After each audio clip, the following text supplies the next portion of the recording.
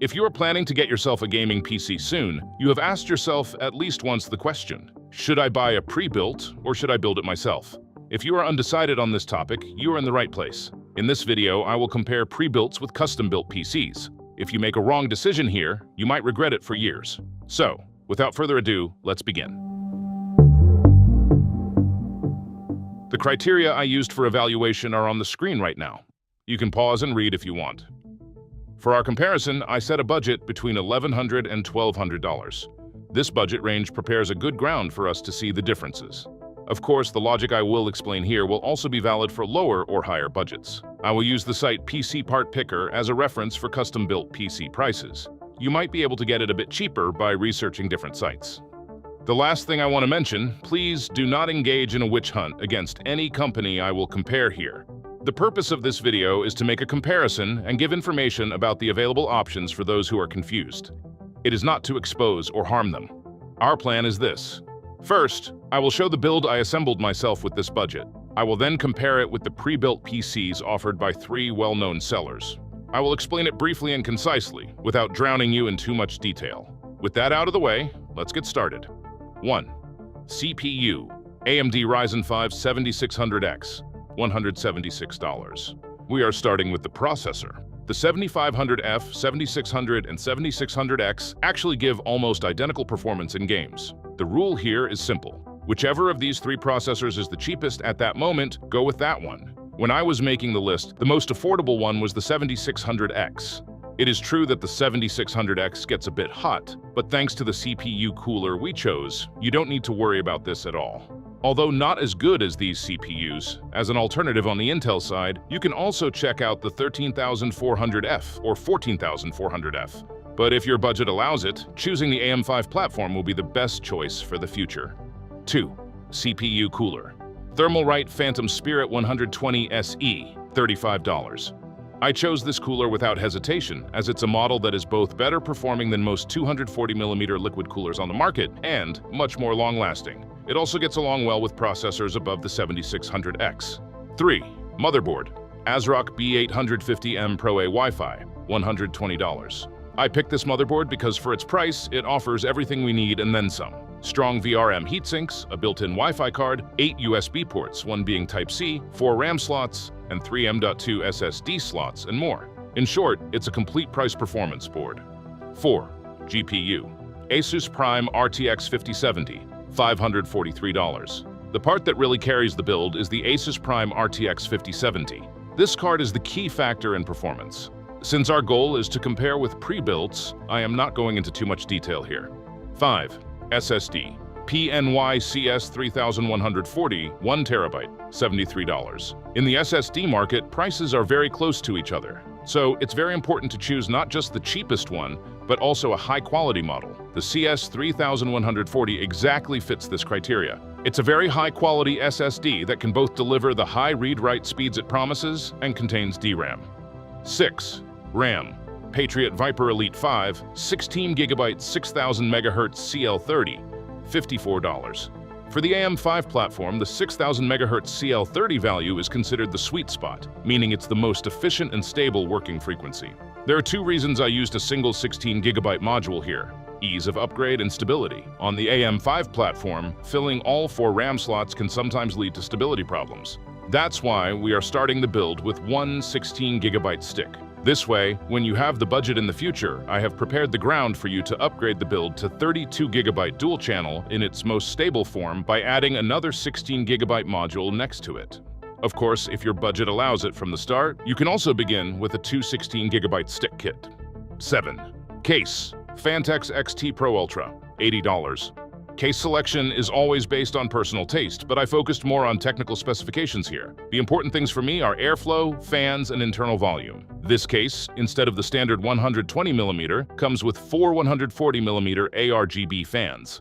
Its dimensions are huge. 360mm radiator support at the top, 184mm tower cooler clearance, and 415mm graphics card space, I can say, are proof of how large this case is.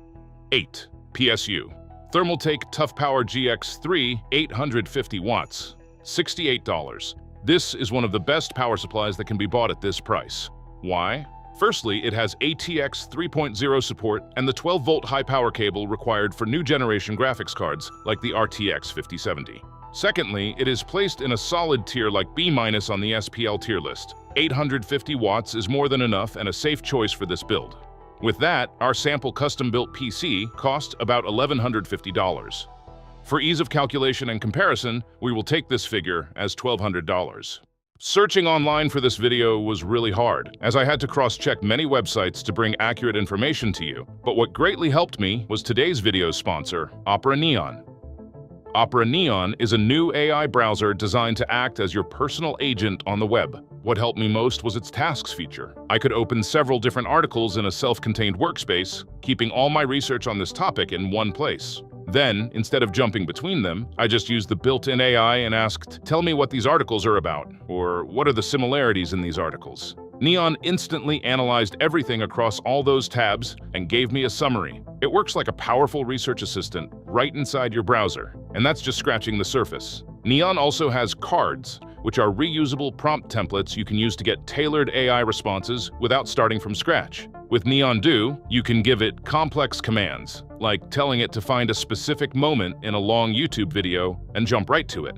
With the same feature, you can even upload a picture of something you saw, like a lamp at a dinner party, and just tell it, "Find and order it for me." Neon can skip the research phase and go straight to ordering the item for you. Agentic browsing starts here. Join the waitlist for Opera Neon. The link is in the description. Now, let's continue where we left off. Let's start with the first seller we will compare, Skytech Gaming. Close to this price, I found the Shadow 4 model. Its price is exactly $1,200, just like the build we put together. So what's inside? The list is as follows. Looking at the list, you might be saying, "Why didn't you specify the brands?" But no, I did not skip any details. That's the issue. In the description section, the brand or model information of any of the parts they used is not specified. It just says B650 motherboard or 1 terabyte SSD. Which brand? Which model? We don't know. This is something frequently encountered in pre-builds, and for me, one of the biggest negatives. We will see this in the other builds later in the video as well. Let's get to the performance. On paper, having a Ryzen 7 7700 processor and 32GB RAM looks good. These are better than our custom-built PC. But when we look at the graphics card, which is the main factor determining game performance, things take a different turn. The RX 9060 XT in this build cannot compete in gaming performance with the RTX 5070 build we put together. In summary, we are neither sure of the quality of the parts as in our build, nor do we have that powerful graphics card that will provide much benefit in games. What about their 5070 builds?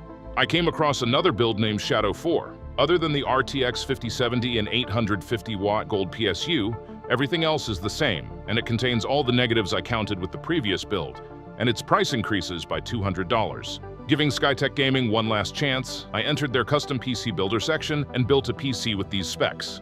For the GPU, it says model varies between the PNY and Zotac RTX 5070 models. This means a random model out of these two brands will come based on what they have in stock at that moment. An extra fee is requested to gamble for higher-end brands like Asus, Gigabyte, and MSI. It's not unreasonable. Also, the weird part is, it wasn't asking for any price difference for 32GB RAM. It would be stupid not to take that chance when there's such an opportunity, even if 64GB RAM is overkill. The total price of this build is $1,632. Yes, here we know what parts we are getting, and I tried to choose quality parts, but there's almost a $500 difference. In summary, Skytech Gaming's offerings could not compete with the custom PC we built. Our next competitor is iBuyPower. I need to make a warning for iBuyPower. You can customize some builds, but builds labeled as RDY usually do not give you that option.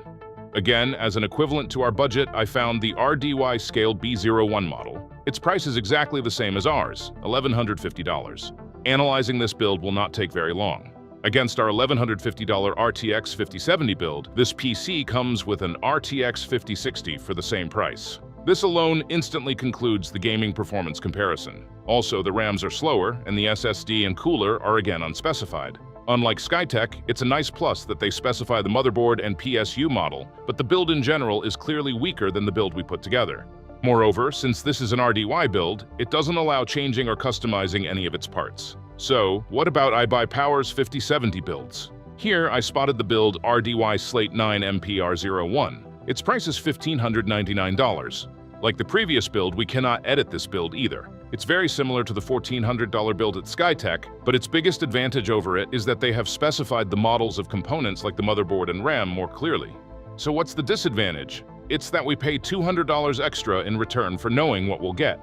In summary, although it has some strengths against Skytech's build, it could not compete with the build we put together. Now it's time for my personal favorite, CyberPower PC. Before I get to the reason it's my favorite, there is something I want to tell you. These videos take a long time to make, but a large majority of viewers are not subscribed and don't like the videos. This negatively affects the views. If you want to support me, don't forget to subscribe, like the video, and leave a comment. That way I can make more videos for you. Now let's continue where we left off. So why is it my favorite? Because they offer you an incredibly detailed customization list. Let alone choosing the parts, you can even determine the liquid that will circulate inside the build's liquid cooling. This level of detail made doing the comparison a bit difficult, because they allowed you to turn even the cheapest build into a high-end monster with small touches. Therefore, it might be possible for you to build a better build than the build I based this on. Here, I took the AMD mainstream build as a reference and modified it to bring it to $1,200. After customizing, these are the specs I ended up with. I'm not surprised anymore. Our $1,150 build with the RTX 5070 that we built ourselves leaves this 9060 XT build behind in gaming performance. If we compare this to the other pre-builts, Skytech's $1,200 Shadow 4 build looks better on paper with a Ryzen 7 7700 processor and 32 GB of RAM. But CyberPower PC has a very big plus. It tells us exactly which brand model motherboard, SSD, RAM, and even PSU it is using. The choice you'll make here depends on what your priorities are. So what is there as an equivalent to our 5070 build? To find this out, I was going to make a small RTX 5070 touch to the AMD mainstream build, but three options piqued my interest. If you choose an unbranded 5070, the price becomes $1,405. If you want a Founders Edition 5070, the price becomes $1,445. And if you want the Asus Prime 5070 from the build I put together, the price becomes $1,515. The cheapest 5070 CyberPower PC once again falls behind Skytech's $1,400 5070 build in terms of parts. We are facing the same dilemma again: Skytech's unspecified but on-paper strong build, or CyberPower PC's clear but weaker build. That is up for you to decide. Let's quickly summarize the results. First, listing the options within our $1,200 budget. The build we put together ourselves, with its RTX 5070, is unrivaled in terms of pure gaming performance. Among the pre-builts, the Skytech Gaming Shadow 4 is the most logical option, with its Ryzen 7 7700 and 32 GB RAM. After that comes CyberPower PC's modified AMD mainstream build. Although we have the confidence of knowing exactly what part we are getting, this build falls behind the 5070 Shadow 4. In last place is iBuyPower's RDY Scale B01. With an i5 14400F and RTX 5060, it is the slowest PC in this group. Now, listing equivalents of the build we put together, Skytech Gaming's $1,400 RTX 5070 build is at the top, but its risks are still valid. After that comes iBuyPower's $1,600 build named RDY Slate 9 MPR01. With its price reaching $1,600, its weak 600-watt PSU, and unspecified parts, it is very expensive. This time, the last place goes to CyberPower PC's customized AMD mainstream build. With a Ryzen 5 7600 and 16 GB RAM, this build became the weakest build in this category in terms of parts. Let's return to the very beginning of the video and our main question. Should you buy a pre-built PC? According to the comparisons in this video, if your priority is to get the most gaming performance from your budget, the answer is a clear no.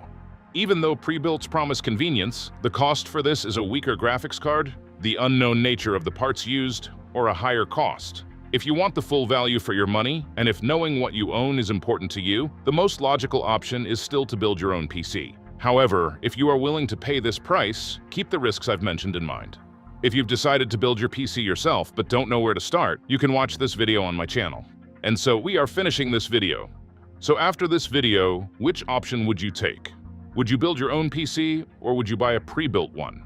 And if you were to buy a pre-built, which brand would you choose? Don't hesitate to write in the comments. I read every comment. If you liked the video, don't forget to hit the like button. If not, feel free to dislike it.